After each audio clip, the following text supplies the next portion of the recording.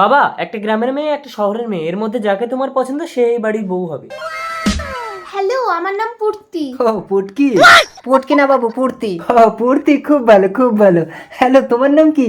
থাক, থাক। আমার নাম সেতু। সেতু? জঘন্য জঘন্য। গ্রামের মেয়েরাই ভালো হয় বাবু। কি বলিস ঘামাচি? আমার তো পুটকিকেই ভালো লেগেছে। আবার পুটকি বন্ধ করুন। ঘামাচি। বাবু আপনি তো আমার পুটকি এঁটে দিচ্ছেন। মা সেতু, তুমি কি কি কাজ পারো? আমি সব রকম রান্না করতে পারি। সব রকম রান্না করতে পারো? নিম পাতা দিয়ে টক রান্না করতে পারবে? না, আমি পারবো। পুটকি, পুটকি তুমি পারো?